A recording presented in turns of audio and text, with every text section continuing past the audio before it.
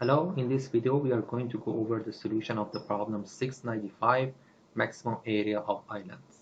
So imagine that we have a grid of 0 and 1s, and 1s representing lands and 0s waters. So the goal is to find the maximum area of islands. For example, for the first grid, we have only one island and the area is 1. For the second grid, we have one island and area is 2.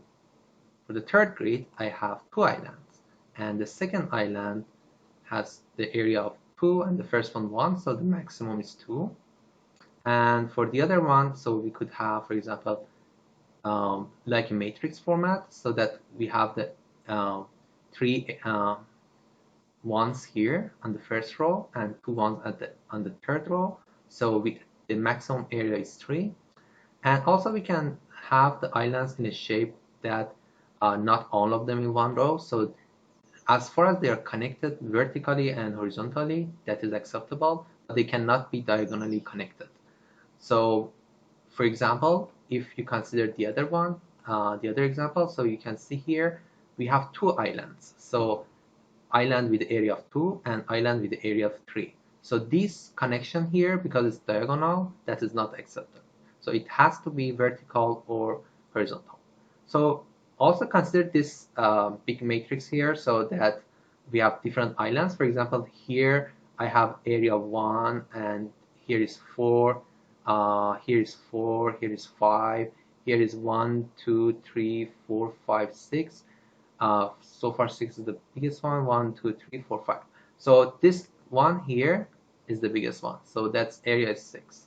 And this connection is not considered connections because that is diagonal. So the way that we are going to solve this problem is using depth first search, and the way that we do is that we go, for example, for example, for the last matrix, consider that. So we go element by element in the matrix, and whenever I see a land, I go and search around and to record what would be the maximum area in that island. So for example, here I come and say, okay, I found an island, and see around it are surrounded with water, so area is 1. So I come for this one, I say, okay, let's search around and say, okay, there is a connection here. And then I search around and say, okay, connection here, okay, connection here. And when I accumulate how many connections I'm going forward, so it's 4. So I record that as 4. And I repeat that process for all of the elements in the matrix. And then we see what would be the maximum area of the island. Now we are going to go over the code after this, and we go over that and explain line by line how to implement this idea. Okay, now we go over the code, and imagine that I have a very simple grid, and that is only it has only one island and area is 1. So let's run the code first. So you see the maximum area of islands is 1. And let me show you what we are doing here. So first of all, we are going to go over each row, and then inside each row, we are going to go over each column. So if I run it again, you can see for this example, we only have one row. So for the first row, or the only row that we have, we go over the columns one by one. And whenever I hit 1, so it means that I'm on a land. So if the value is 1, so it means that I'm on the land. And that is the place that I'm going to start adding that to a stack and a scene and continue doing the depth first search. So for this example right now, so when I go and say, okay, now I hit 1, let's see what we are doing. So I hit 1 and I say, okay, let's say area reset to 0. That's the area island for now. And I add that point. The first is the row, which is row 0, and the second is the column, so column 1. And that is added to the stack. We also add that to the scene. Scene is just a set that we are going to keep the track of observed lands. So initially, as you see here, we initiated scene as an empty set. So we have that one, we added that, and that is inside this stack. Now we are going, while the stack has a member, so what we are going to do is to pop that value out of the stack, and then show update the area. So let's see what happens. So now you can see I come to value 1, I have reset the area, I have that to the stack, I have that to the scene, then this land 0, 1 is popped out of the stack, and the area updated to 1. Area was initially set to 0, now it's updated to 1. So in this way, we calculated the area of this problem. But imagine that not only I have that, another example. For example, I have another island here, a bigger island here. That area is 3. Now let's run that to see what happens. Okay.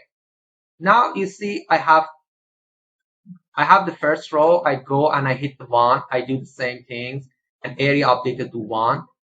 And then I go to the second column, 0, 0, third is 0. And then I hit the fourth column. And then you see here, area is set to 0.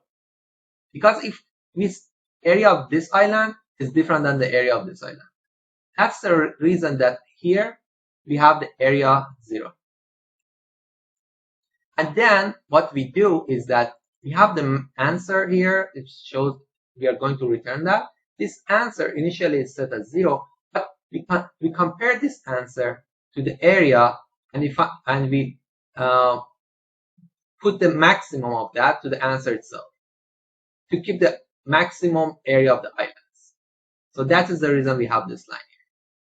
So okay, let's go back to the other examples that we had. So imagine that is like this, but I have 2 lands beside each other. What happens in that case? So let me first clear this, and let's run that. Okay, now in the first row we're good. So we go and we hit the first one, and I reset the area, and I add that to this stack and to the scene, and I take it out of that stack. So that is popped out 0, 1, and area here updated to 1. But here, when I have that 0, 1, R is 0, column is 1, so I'm going to go and search 4 directions of that. So this direction is 1 behind that, 1 after that, 1 underneath of that, and 1 on the top of that. And I make sure that those searches are in the length of the grid, so we don't want to go beyond the boundaries. And if that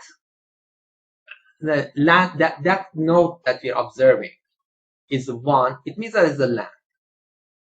And if it is not seen before, we say, okay, now let's add that to our stack. So let's see, we are adding that to the stack. I can just comment on these things because you know what you're doing right now. Actually, let's skip this one. So I'm gonna comment on these things. Don't need them. So, and as I said, now we update that that scene and also append that node to the stack. Now let's see what happens.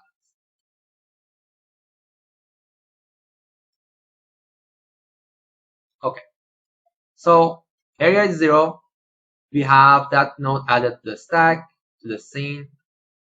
We popped up that, area is 1.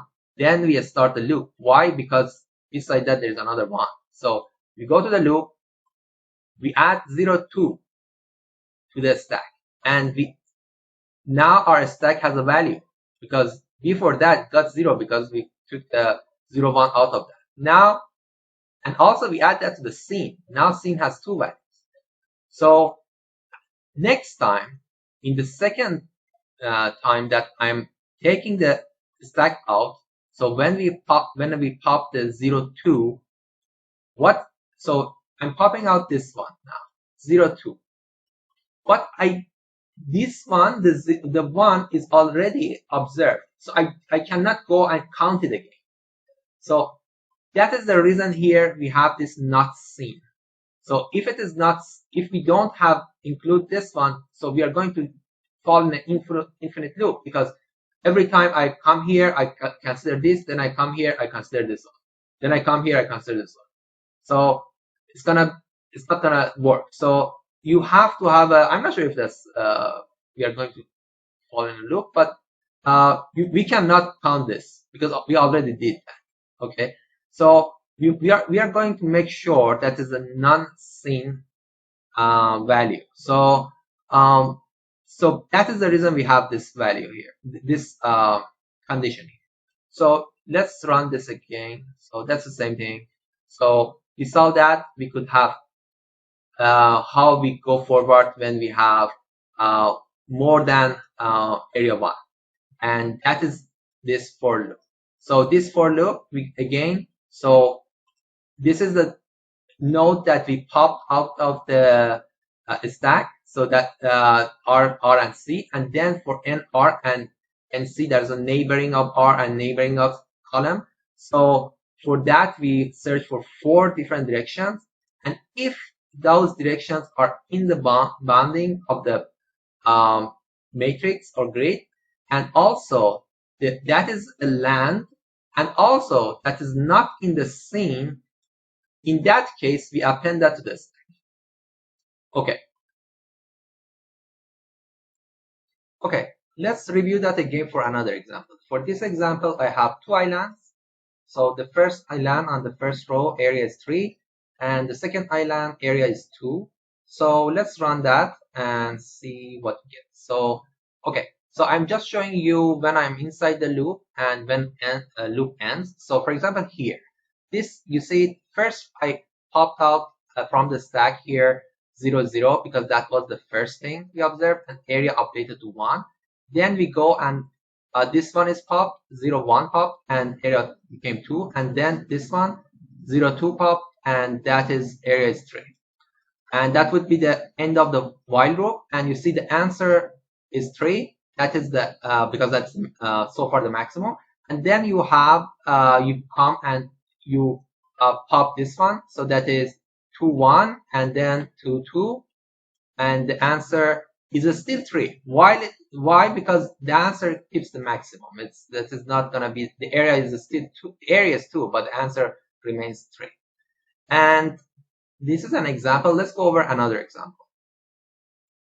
Okay, let's go over the last example. If you remember, we had this example at the beginning of this session, and we had this grid, and we found that this one, this island here that you see 1, 2, 3, 4, 5, 6 is the, yeah, I believe that is 6. So the area is 6. So that is the maximum area of this island. So I did the same thing, and this is the beginning and end of that while loop. And you can see, for example, we have started from this one. This node is 3, 8. Then we go 1 down is 4, 8. 1 to the right, 4, 9. And then we go 1 forward, 4, 10. Then we go 1 down to 5, 10. And then we come back and go 1 up to 3, 10. So this is the way that we are, this clearly show the procedure, what we are doing as a depth first search, so that we get to one node and we go deep and investigate all of that. So the area for this loop is 6, and actually the maximum area of island is also 6. And that is pretty much everything about finding maximum area of islands. The last thing that we go over is the complexity analysis, and the time complexity is order of R times C. R represents rows and C columns, and the reason is that we are going to visit all nodes. And the space complexity is same thing, order of R times C, and the reason is that imagine that we are adding all of the nodes to the variable seen. That was our set. So in that case, we are going, in the worst case scenario, we're going to have R times C for the space complexity. And that is the solution of this problem. Thank you so much for watching this video.